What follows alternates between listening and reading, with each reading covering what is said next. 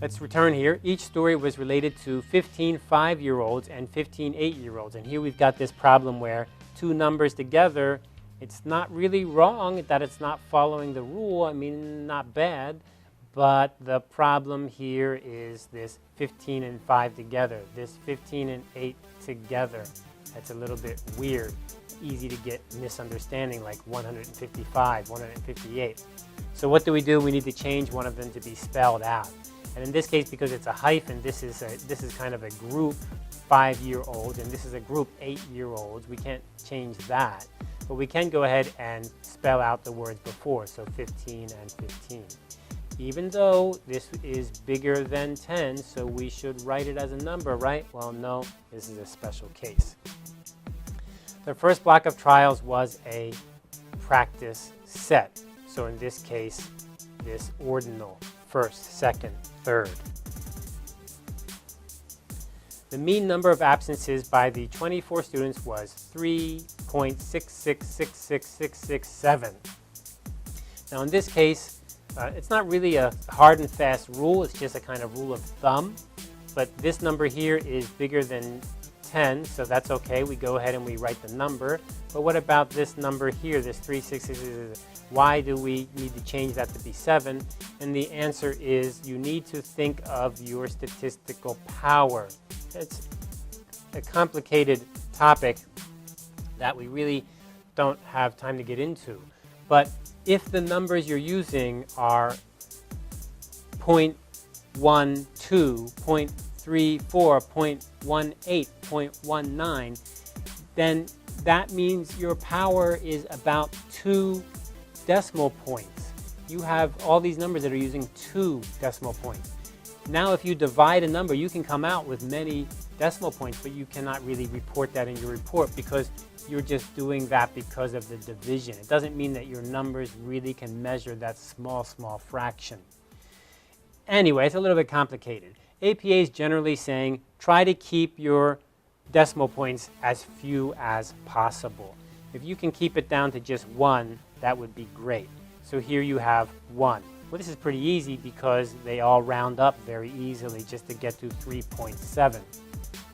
I guess you could write 3.67, or you could write 3.667. How do you decide which one to use? And like I say, the APA is basically saying a rule of thumb. This would be really the best. And this would be kind of better. But as you get longer, that's worse and worse. That's not what we want. Try to keep them as short as possible.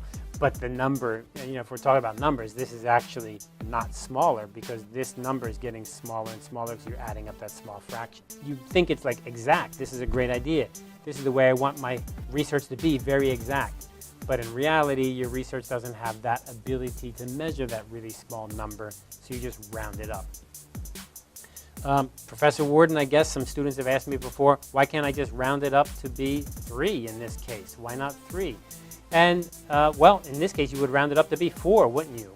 Well, now you're beginning to go too far, right? You're beginning to go too much. So APA is saying 1 to 2 decimal places, really nice and convenient, and it's probably what you're able to measure.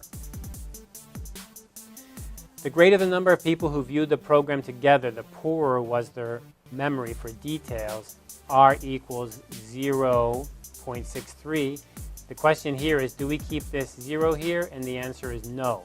No 0. Why? Because this cannot be bigger than 1. Its range is 0 to 1. And if it's 0 to 1, you do not include the 0 before the decimal point. The procedure for experiment 2 was identical to that used in experiment 1, except that the child did not receive feedback after each trial.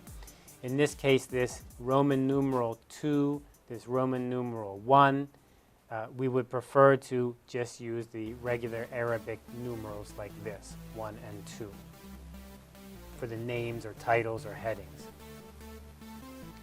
The participants were shown real or fabricated newspaper stories that had appeared in either the 1950s, 1960s, 1970s. Now this is something that confuses me a lot, that's for sure. It's easy to forget because you do see people use this way often. But the APA recommends that you do not include the apostrophe, you simply add the S. Now, why the S? Because what we're saying is it's plural. This is 1951, 52, 53, something inside of there. Of course, it's possible it could be all the way up to 1959, something inside of that range. So all of those years are plural, but you do not need the apostrophe. Just add the S. Okay, those are lots of examples. In fact, the examples are way more than just looking at the material, isn't it? And the reason for that is because there's so many exceptional cases.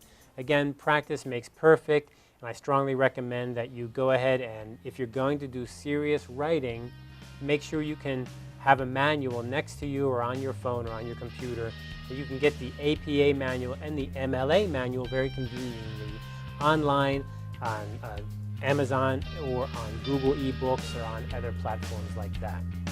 Good luck with your writing, and keep those numbers clear.